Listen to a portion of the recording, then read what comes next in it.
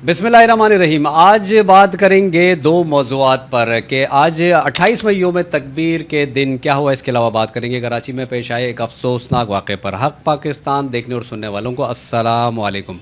आज मुल्क में 28 मई यौम तकबीर मनाया गया, लेकिन हमने अपने गुज़िश्ता रोज़ की वीडियो में जो यौम तकबीर के हवाले से की थी उसमें बताया था कि एटमी धमाके करने के लिए मोहसिन पाकिस्तान डॉक्टर अब्दुल कदीर ख़ान को किन किन मुश्किलात का सामना करना पड़ा और किस तरह डॉक्टर अब्दुल कदीर ख़ान के ख़िलाफ़ कैंपेन चलाई गई और फिर उनके मरने के बाद भी जिस तरह उनका नाम गायब करके ख़ुद क्रेडिट लेने की कोशिशें जारी हैं। तो आज भी यौम तकबीर पर बिल्कुल वही हुआ जिसका ज़िक्र हमने कल अपनी वीडियो में किया था। डॉक्टर अब्दुल कदीर ख़ान की तस्वीर 28 मई के हवाले से बनाए गए हुकूमती पोस्टरों से गायब थी और कहीं उनका कोई ज़िक्र भी नहीं था। लेकिन जिस तरह सोशल मीडिया पर आवाम ने डॉक्टर अब्दुल कदीर ख़ान को ख़राज तहसीन पेश किया, उससे डॉक्टर अब्दुल कदीर ख़ान का नाम और ख़िदमात को बुला देने की मुहिम बुरी तरह नाकाम हो गई। और अब भी आप सोशल मीडिया पर जाकर देखें तो डॉक्टर अब्दुल कदीर ख़ान के नाम की गूंज है और कौम खुलकर उन्हें ख़राज तहसीन और ख़राज अक़ीदत पेश कर रही है।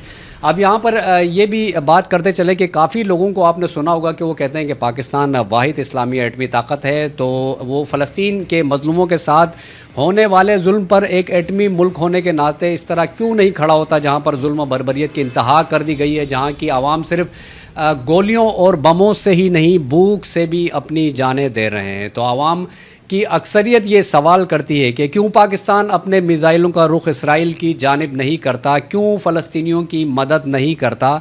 तो आपको हामिद मीर साहब की एक तकरीर तो याद होगी जिसमें उन्होंने डॉक्टर अब्दुल कदीर ख़ान से इस पर गुफ्तगू की थी। इस तकरीब के दौरान एक मुकर्रिर ने कहा कि कम अज़ कम गौरी मिज़ाइल का रुख ही इसराइल की तरफ कर दो।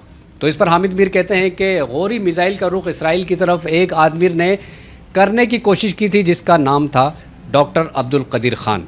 हामिद मीर कहते हैं कि मैंने उनसे पूछा कि डॉक्टर साहब परवेज़ मुशर्रफ के साथ आपका क्या मसला है। तो डॉक्टर साहब ने कहा कि मैंने गौरी मिज़ाइल की रेंज 5000 किलोमीटर करने की कोशिश शुरू की और उस प्रोजेक्ट के लिए जब उनसे फ़ंड्स मांगे तो उन्होंने कहा कि अच्छा तो तुम इसराइल को टारगेट करना चाहते हो, हमारा तो दुश्मन इंडिया है, तो 1500 किलोमीटर या ज़्यादा से ज़्यादा 2000 किलोमीटर से तुम आगे नहीं जा सकते।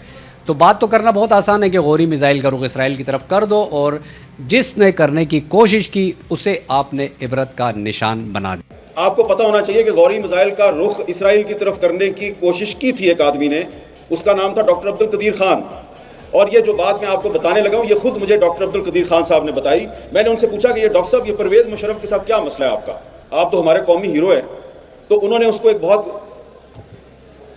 नाकाबिले बयान किस्म की गाली दी और कहा कि मैंने जब गौरी मिज़ाइल की रेंज जो है वो 5000 किलोमीटर करने की कोशिश शुरू की और प्रोजेक्ट के लिए जब मैंने उनसे फंड्स मांगे तो उन्होंने कहा अच्छा इसका मतलब है तुम इसराइल को टारगेट करना चाहते हो, तो हमारा तो दुश्मन इंडिया है, तो ये 1500 या ज़्यादा से ज़्यादा 2000 किलोमीटर से आगे तुम नहीं जा सकते। एक और ख़बर की तरफ चलते हैं कराची से, जहां एक हाफिज़ कुरान बाहिजाब मौलमा के साथ एक नहायत ही अफसोसनाक वाक़या पेश आया जिसकी बाज़गश्त इस वक्त पूरे सोशल मीडिया पर है।